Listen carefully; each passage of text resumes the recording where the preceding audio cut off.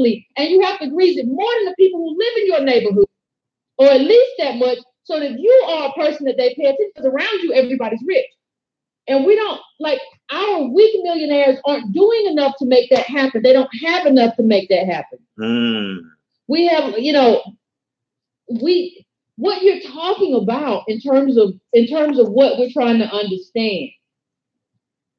We're talking about who holds this money, right? Even when I talk about the weak millionaires, we're trying to figure out who holds this money. Well, who holds this money is boomers. Right. Older people who got the benefits, and we talked about this before, who've gotten the benefits of affirmative action and everything else, and they have.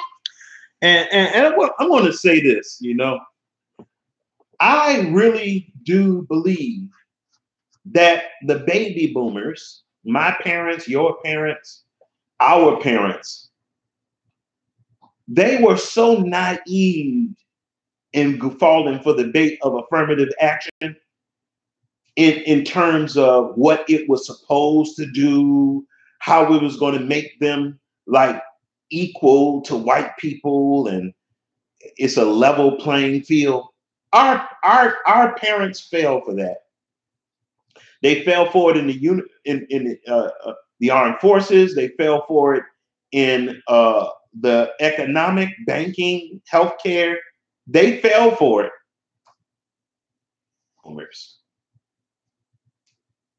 We are the effect of that. We are the effect of the cause of them just or not really wanting to believe that these people that brought us here as captives are still slaveholders.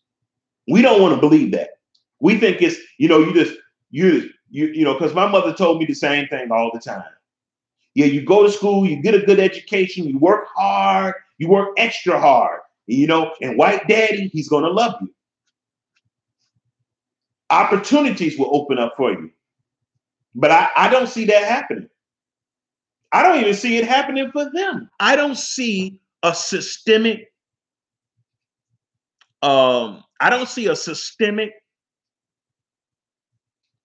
social capital being built in the hood as a result of affirmative action. I don't see that. I don't see it. I'm just sorry. I don't really see it. With all the HBCs, I don't see it. I don't see it nowhere.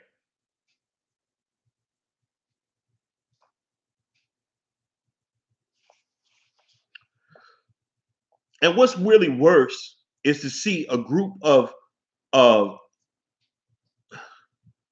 my generation, Generation X,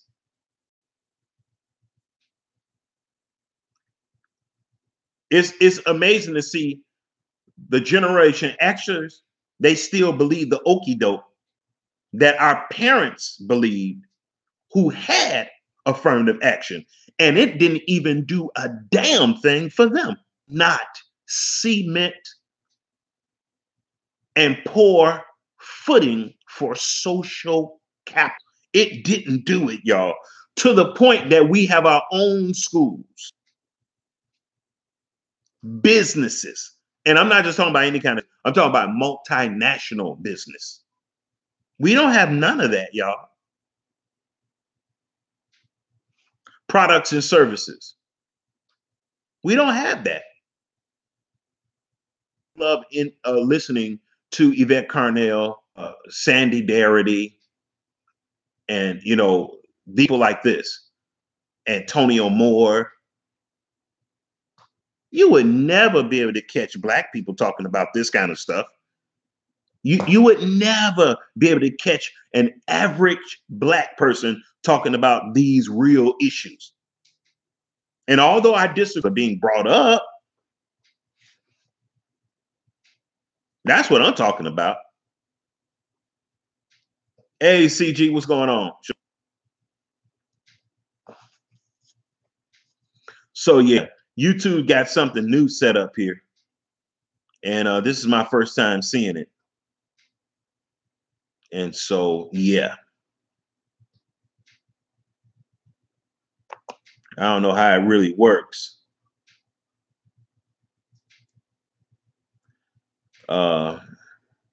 I want to experiment, but I don't want to end the broadcast.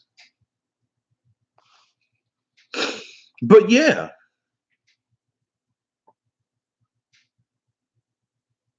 you gotta see one thing what we don't realize, they did not give us affirmative action to pour the foundation of our nation.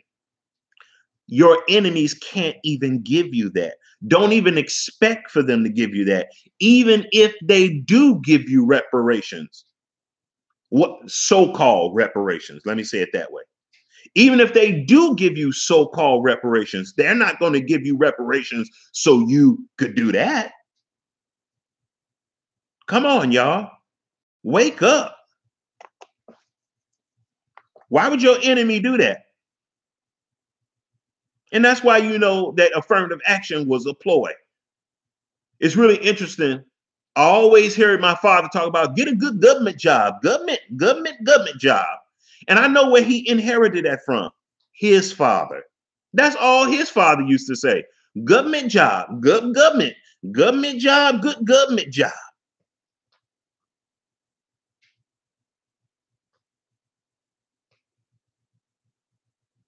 And I'm going to tell you something. I really never wanted a government job.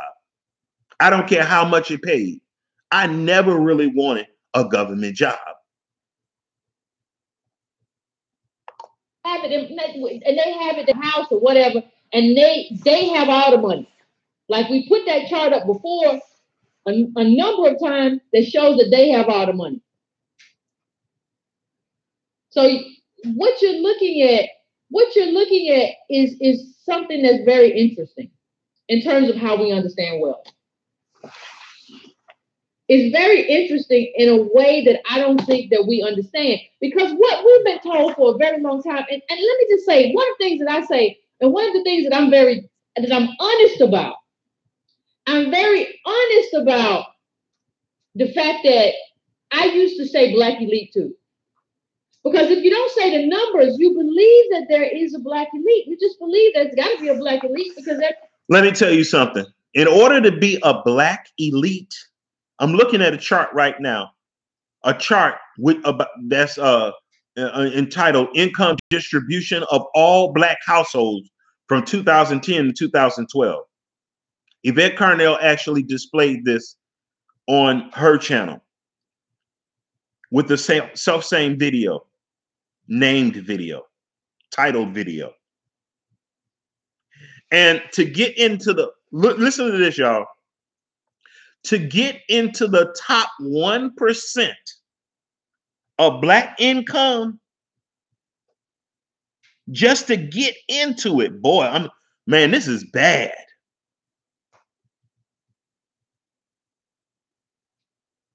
All you need, listen to me now. All you need, the bottom 1%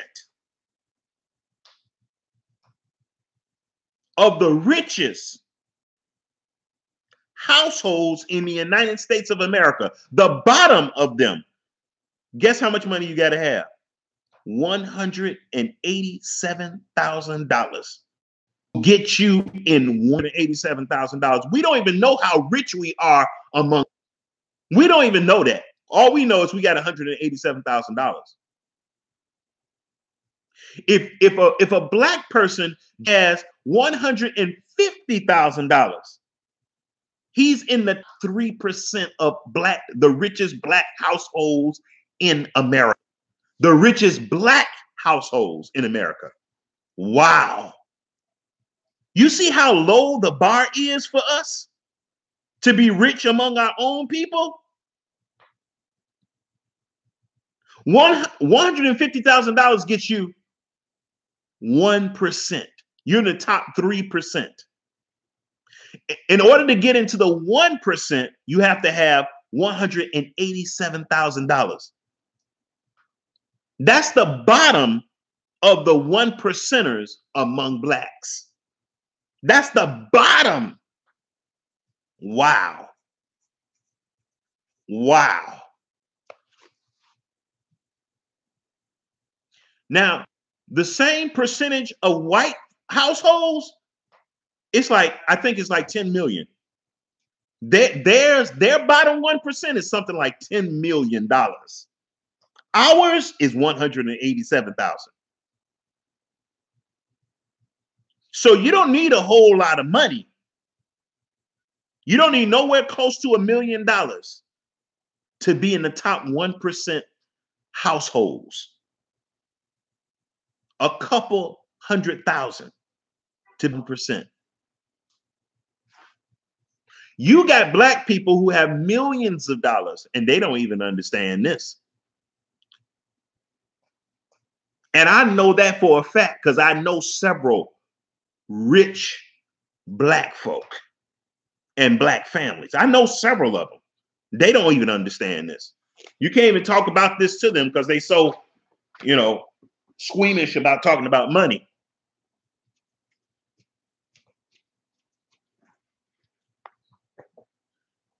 No matter how generous or stingy they are, they don't understand this kind of stuff. The black elite. I hear the left talk about the black elite all the time. If there's not a black elite, then what am I talking about? And let me tell you this. What these numbers show is that the black elite in America compared to our Caucasian counterparts, guess what? They're not really real black elite. They're not black elite comparable to white folk. And I want to tell you why. Because white folks have social capital. They have people on the police force that will let them off the hook. They have social capital that when they get pulled over by a police officer and they got a gun in their lap, the police officer don't even shoot them. That's social capital. Some people call it white privilege. That's social capital. We don't even have a police force that will let us off because most of the people that are police officers that are our people, they're working for white mommy and white daddy police force. And they're more likely to kill you than a white person due to Stockholm syndrome. What are we talking about? There's not a black. And what we need to understand is that there isn't a black elite. What there is a group of people who are based. And it's a good point too. Most black people who do have $1 million, guess where most of the money is at? It's tied up in a home. Or it's tied up in the life of a baby boomer who owns a home. You see? Hey, how y'all doing? You just getting back, Johnson? Yeah. How? Hey, son. Yeah.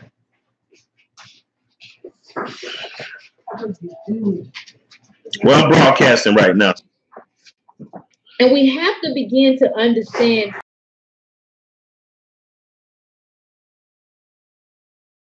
Interestingly enough, and let me see if I can find this. Something interestingly enough, there was I don't know how many of you caught the Derek Hamilton during the Bernie, having a conversation with Bernie and Bernie Sanders and Elizabeth Warren.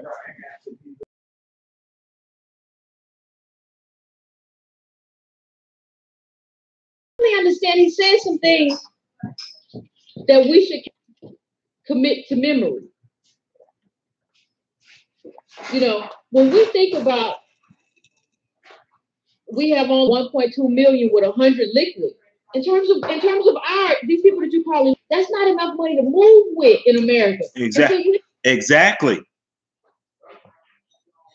People that have $1.2 million, that's not enough to move around with, y'all. And especially if you look at it in context of social capital.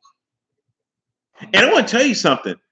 I think that most black people are so stricken with Stockholm syndrome, and they so stricken by the fact of actually finally getting and having money, they're too wicked to even create an infrastructure that will give birth to social capital.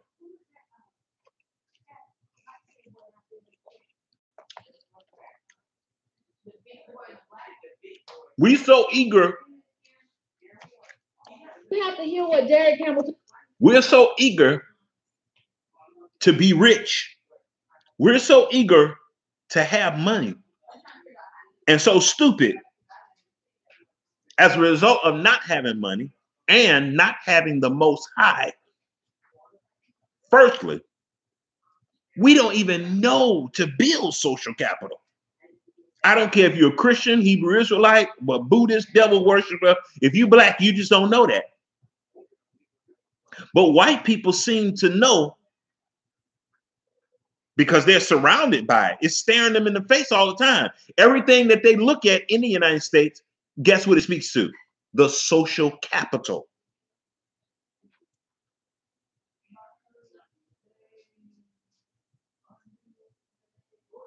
When a black person finally gets money, that's the first thing they should try to build is social capital. And guess where they should build it first? In their family.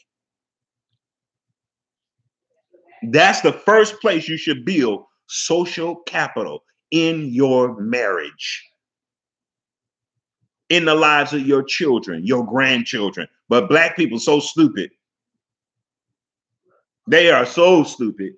What they do is the first thing that black people do is build social capital for white supremacy. I'll tell you how they do it. They take all the money and put it in banks, mutual funds, IRAs, stocks and bonds. The only people that you're making rich is white people when you do that stupid stuff. You take all the money and put it in a trust fund. Guess who's getting paid? Folk. So right away, as soon as we get money, we take money, put it in CDs, stocks and bonds, blue notes, IRAs.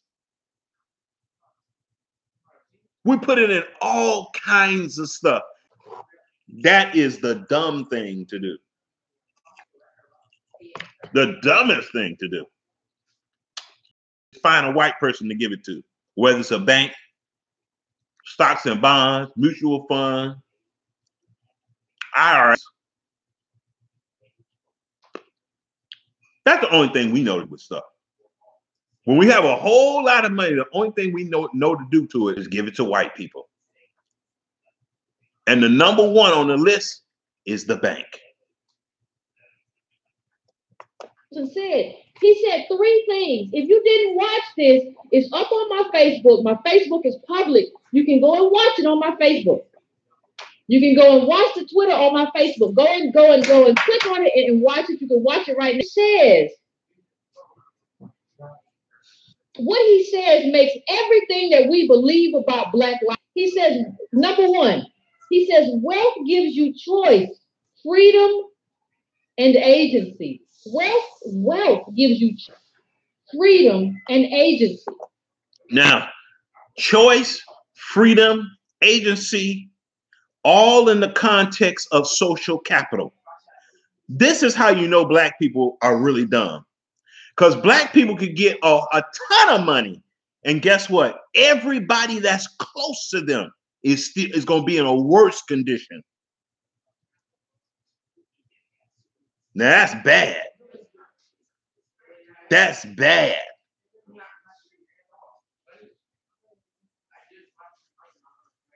You get a whole lot of money, and guess what? You have even less social capital than you had when you was poor. That's how you know you're stupid.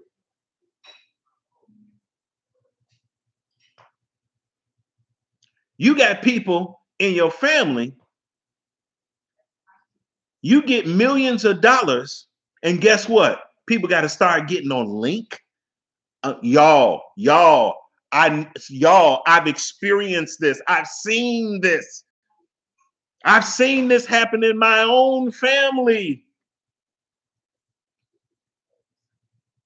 The people that got the most education are on the most social programs. Wow. And they right in the pocket. Well, I won't say in the pocket, but they rubbing right up against the pockets that got the most money. And guess what? They on the link card. Wow. They got an EBT card. You hear me? You think I'm playing? I'm serious. I am serious as hell. That's how you know you're dealing with stupid people. When you got people like that, you just leave them alone. Just leave them alone. That's number one. Understand we have a lot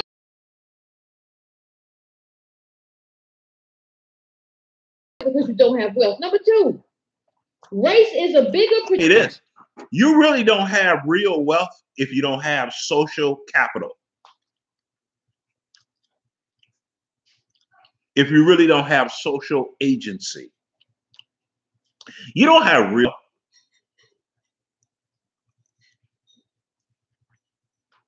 If I ever became wealthy, that's one of the things I would want to do is build social capital around me with people who are seeking first the kingdom.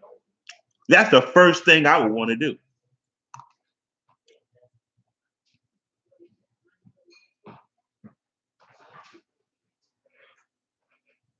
And let me say this.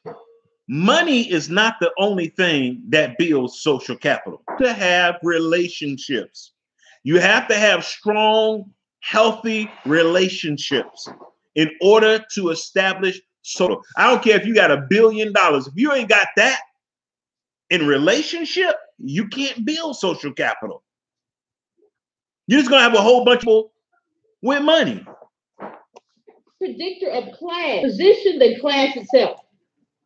We already know poverty and black poverty are different. If you don't know it, exactly. Google white poverty, black poverty, Washington Post. There's a great article which breaks it down in terms of charts. They're two very different things in terms of the numbers that those two groups have access to. Black poor is not white poor. That's why it doesn't make sense when you come in the comments and say white people are poor too. When you come in the comments as a white person, say, why I had a can of beans last night? Exactly. You're a white person in the class system where even the poorest of white people have 3,000.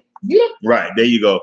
The poorest of white people who don't even have a degree, don't even finish high school. They got more money than people that go to high school. Black people that go to high school do. They're way more wealthier than black people that go. You see? Now, am I saying black people shouldn't go to school? No, you're missing the whole point. I'm not saying don't go to school. I'm saying you got to realize that you're in a pool of people who don't have social capital. We would rather have a nice school and a nice degree loaded down with student debt. We rather have those things than have social capital. But me, I'm totally different. I'd rather have social capital with people who are seeking first the kingdom of the Most High than have house and a big degree and a huge education and all that student debt. That's what I'd rather have. You know, when you have social capital, you're able to give life to whatever money that you have. I don't understand that. As the white person in my comment, and worse for me, the black people who come into my comments and troll don't understand that either. So that's number two. Number three, he said there's virtually never been a black middle class when you look at wealth. There has not been a think about what that means. That means everything you think you know about your life. Right, right. Everything that you think you're aspiring to. Listen, the study that we did, I criticized the study last week because it was basing itself on a millionaire class that doesn't exist. But when you look at the fact that those black boys go to jail, right, at a rate as white boys who make 30,000, what that shows you is that even when you have that little bit of money, even if you Okay, I just clicked over to the comments and I see some people in here and I didn't greet you all, so I want to give you your kudos. Hey, Keith Claxton, how you doing?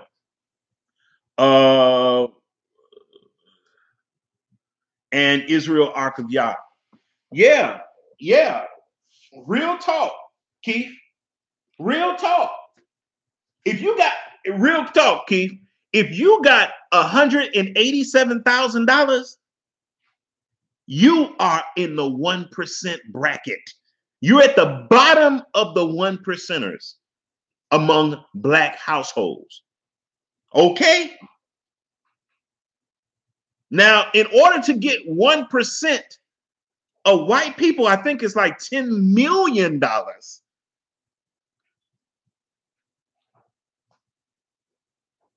It's $10 million.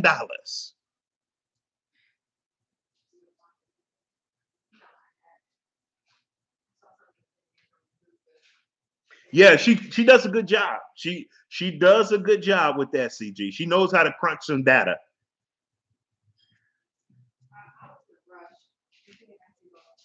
Oh yeah, yeah, yeah. Don't knock her. Soon as we start a business and it becomes successful, the next thing we do is sell it to massa. Yeah, and I want to tell you something, Israel Arkayah. I think a lot of that is under duress. I think we have to get rid of our business under duress. I think that there's an unspoken rule. There's unspoken legislation that we have to. I think what Oprah sold last year, Oprah sold like 25% of her net worth for like, I think $70 million. 70 million? That's it. And I think that she had to sell it. I think that that was already in the works. That was it. If she didn't get a certain amount of viewers, she was going to have to sell 25% of her company for $70 million. That means her network, the Oprah, the OWN network or whatever it's called, it's not even worth $1 billion. It's not even worth $1 billion. Who got a network, a television network that's not worth $1 billion? I want to tell you who. Black folk.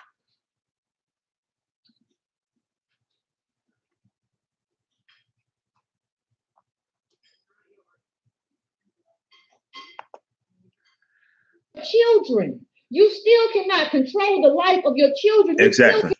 Controlling the life of your children means social capital. That's all that means, what you just said right there.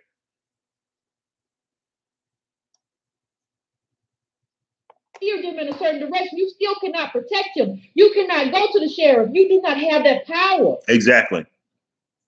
Right. See, when a white person has $1 million, they already have a social network. They already have social agency and social capital to. When a black person has $1 million, boy, I mean, look what they did to OJ. Look what's happening to OJ. He had all that money, all those lawyers. Guess what? He didn't have no social capital. He was all by himself. It was nobody black standing in OJ's corner. Why? Because he spent his whole life doing what? Building up the social capital of white mommy and white daddy. Right? So this is kind of a I mean, this is a interesting, to say the least. And that's what I like to do. I like to try to look through the lens of things and try to use that lens to make sense, because you're only as smart as the ideas you bump up against. And we should always remember you're only as smart as the ideas you rub up against. And we're going to come back to that a little bit later.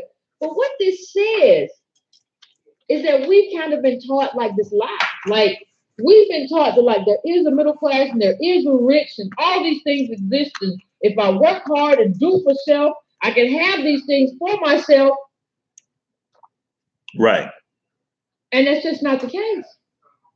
That's just not the that's I mean that's just it doesn't exist. It doesn't exist in any way that matters. And what's happening is that in terms of like let me bring this income chart up. For those of you who weren't there, look at this. Just look at it. This is income distribution, all Black households, 2010 to 2012. And understand that by now this chart is worse.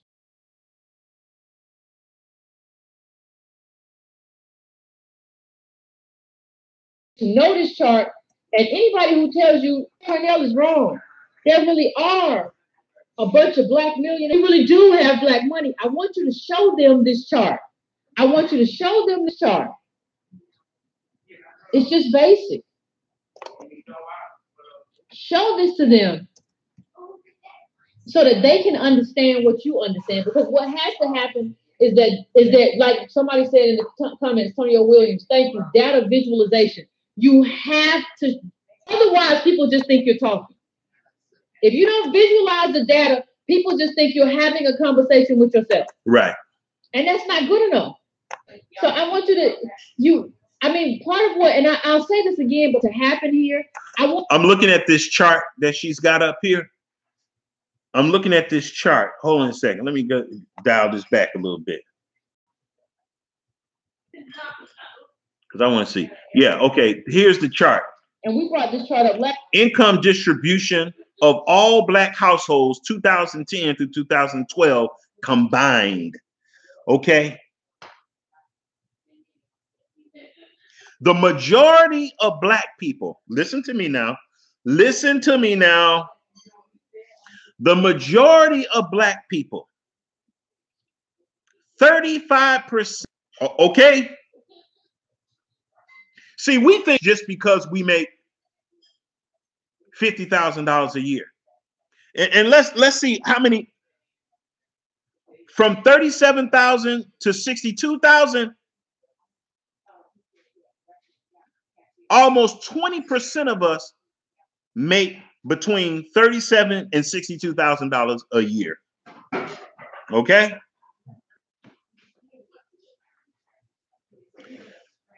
And then it just gets deplorably worse.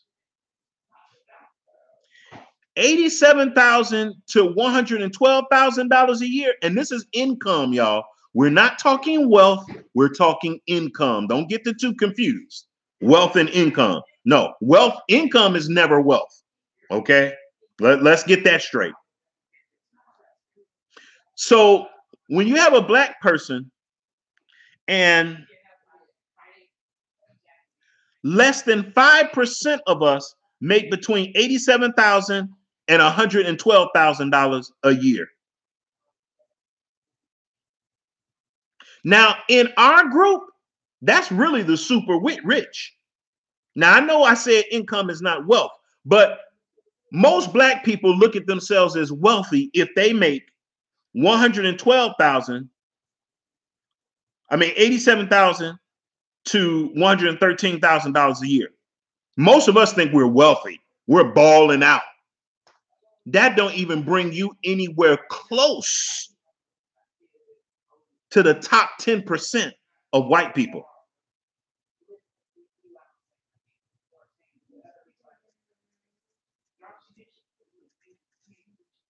I mean, this compared to white people, that amount of money owns you in the lower middle class. Lower class. Oh. I don't care how educated we get. We're not going to catch white people. Y'all better stop that. All that your baby boomer parents told you and your Generation X parents told you is a lie. They just didn't know no better. It's a lie. Go to school, get a good education, work doubly hard. Even if we work double hard, we won't be able to catch up with them.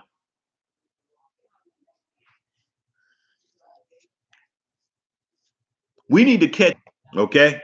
We need up with the Most High.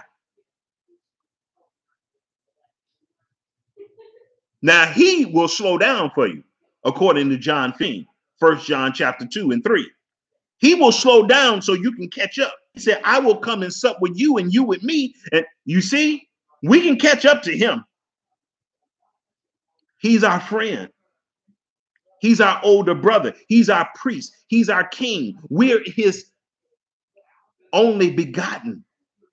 So he will catch up for us. Like in Luke 16 with the prodigal son, he was a great way, not on, way off.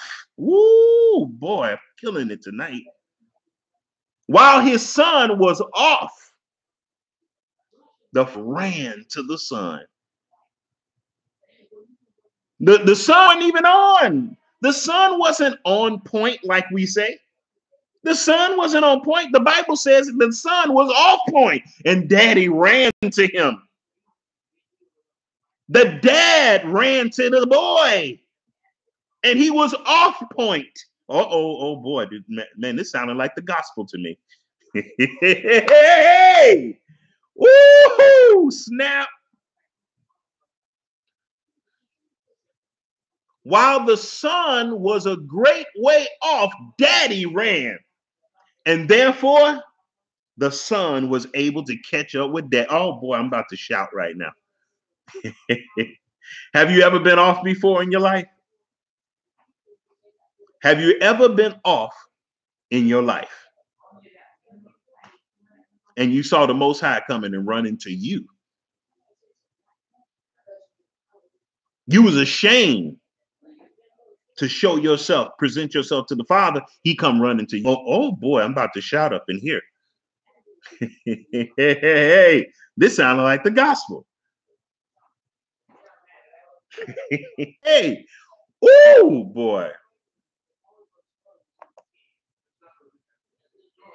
Stop trying to catch your envy, not your oppressor, and choose none of his ways. Stop it. Catch up to the Most High. The way that we got in this predicament is not because we couldn't keep up with our oppressors. The reason why we got into this condition is because we couldn't keep up with our Elohim. But guess who we trying to chase? White mommy, white daddy.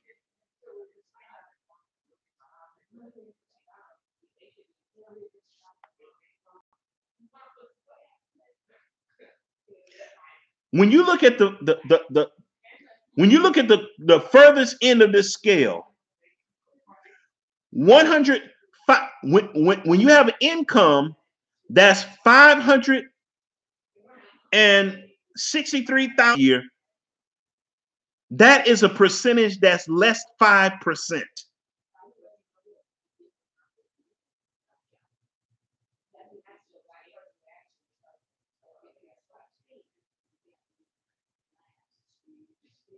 Okay?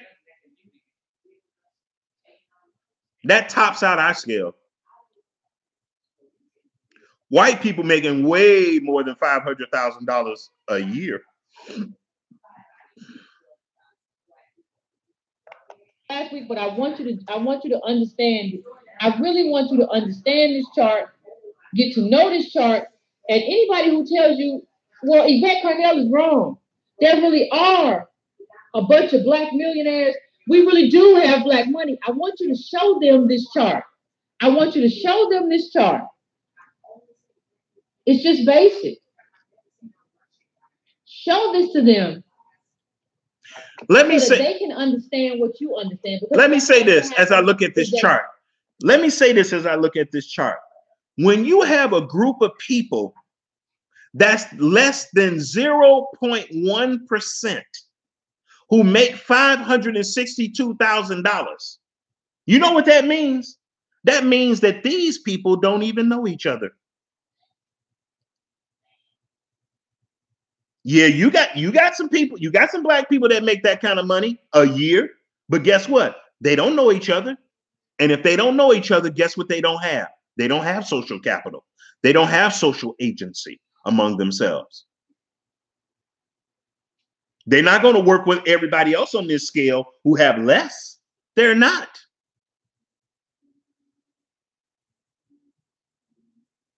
They believe that they have too much to lose to work with people with who make less money.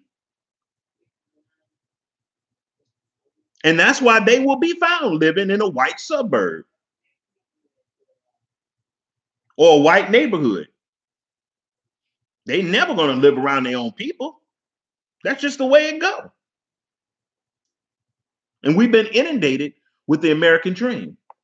Is that, like somebody said in the comments, Antonio Williams, thank you, data visualization. You have to, otherwise people just think you're talking. If you don't visualize it, having a conversation with yourself. Right. And that's not good enough. So I want you to, part of what, and I'll say part of what I want to happen here, I want people to begin to be able to do this for themselves, to be able to say, no, this is the data. I don't want you to just have to pull up a video for me. Just say, no, this is the data. This is what it is.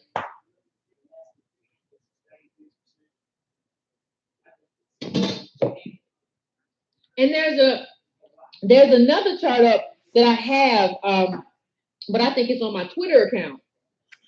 And I'm gonna see if I can pull that up. But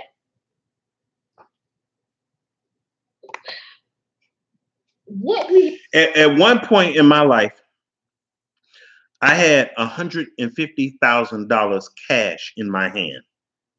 And I'm talking about it was mine. I didn't realize how wealthy I was among Black. I didn't have no clue. I was much younger than I am now. I had some type of inkling. I remember looking at charts and stuff to see what percentage of people in the United States have $150,000, and I was shocked. I was shocked that I was in that group. And I'm talking about $150,000 cash. And the one thing I remember I didn't want to do, I didn't want to put my money in the bank. Matter of fact, I was asking people what to do if you got a lot of money. And all of them said, put it in banks, CDs and all this kind of stuff. Bank products. I didn't want to do that. Start a business. I wanted to buy homes and renovate them. I wanted to pay for education or something for somebody. That's the kind of stuff I wanted to do, but I just couldn't find the people. And on top of that, the money was burning a hole in my pocket. I never seen that much money in my whole life. I tried to do stuff with my brother, my sisters, they didn't want to do nothing.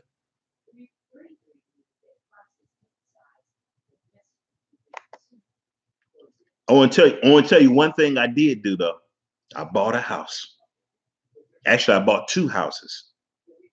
And I'm living in one of them right now. And I praise the Most High so much because with the house that I bought, I was able to build some social capital with my wife. Now I should have been able to build a lot of more social capital, but I just wasn't educated and experienced enough.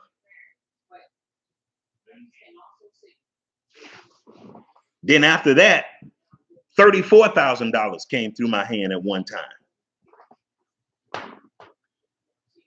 $34,000. I sold one of the houses that I bought. Like, wow. I should have kept that. I should have kept buying dilapidated homes and renovating them, doing like 3 or 4 of them a year. And that's what I do for a living. That's one of the things I do for a living. That's what I should have did. But instead, I wanted to build $1 million homes. And you know what? I didn't realize how much capital you need. And I wanted to build renovated homes. And And what I should have did was renovated homes in the ghetto. I should have $1 million homes alone. That turned into a dang nightmare.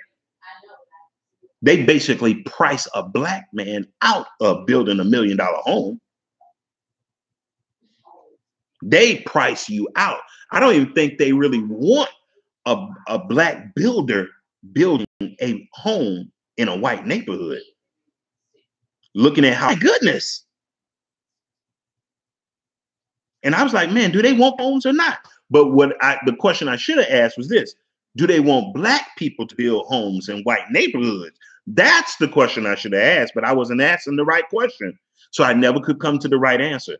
If I would have did that, asked that question, I would have never tried to build $1 million home in a white neighborhood. Unless I got mad paper. No, they don't want let me tell you something. They don't want a black person building a $1 million home in a white neighborhood. Even if the black person is not going to live there and they're going to put it up, they don't want that. They don't want a nigger's hand nowhere in their neighborhoods. I can't tell you all the trouble that I was having. I can't tell you. I can't even remember all the trouble I was having. It was just crazy. But I thought that if I built this $1 million home and sold it, I would have more money to invest in my people. And I wasn't even a Hebrew Israelite. Well, that didn't work out the way I wanted. But if I had another chance, that's what I would do. I would build homes in the ghetto. I would build homes in the ghetto.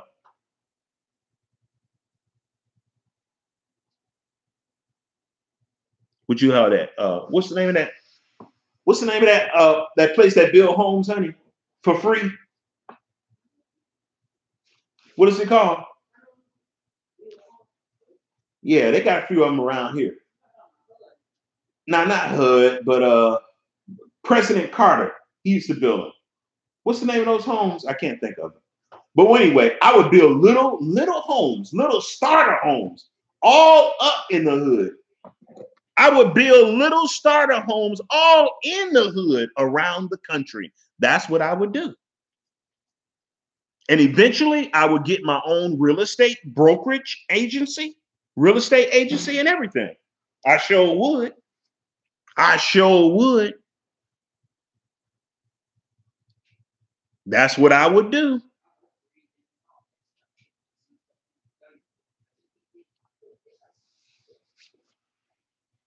I sure would. But anyway, y'all, I'm going to get out of here. This is Prophet Rawanawabi signing out. I hope you had a wonderful day. Habitat for Humanity. There you go. There you go. Thanks, CG. Habitat for Humanity. Exactly. Man, I would build those houses all over the place. I would build those houses all over the place. And I would build those houses in such a way where you would be able to easily put an addition on. Call me back and I'll put the addition on. So not only would I be building new houses, but I would be, we would be putting on additions as well. Man, please. I would have so much work for generations, it would be ridiculous. Real estate agency, a school for carpentry. I would start the whole thing right off of those two businesses. Real estate agency and renovation of homes.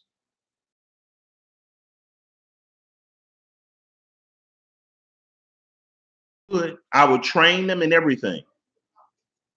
They would be able to get a scholarship in my school and everything. I sure would. I sure would. And I would be teaching everybody in the school who they are, their heritage. I would be teaching them that they Israelites. I sure would. That's what I would do. But anyway, y'all, I'm going to get out of here. It was fun being around you guys, seeing you guys. Thank you for coming. Thank you for the fellowship. Get with somebody and support somebody. Okay? Hey, what's up, Raphael? Shalom. If you don't have a vision about what you want to do, you get with somebody who do have a vision. That's all you do. If I didn't have a vision of what I wanted to do in my life, I would find somebody who did. That's what I would do. And I would lock on to their vision in helping them. That's what I would do. So don't fret because you don't have an idea what you want to do in life. And in life, a lot of detours and ups and downs. If you want to do, find somebody who do know what they want to do and link up with them. It's nothing wrong with linking up with somebody who know what they do. They know what moves to make. If this happens, if this doesn't happen, they know what to do. If there's an up or a down, a twist or a turn, it's nothing wrong with that. It's nothing shameful about that. I want to tell you what's shameful. Shameful is that you don't know what you want to do, but you ain't gonna help nobody who do know what they want to do. Now that's shameful. All right, but I'm gonna get out of here. You all take it easy. Have a wonderful night. And I'm saying shalom. Oh boy, my back is itching. Good God.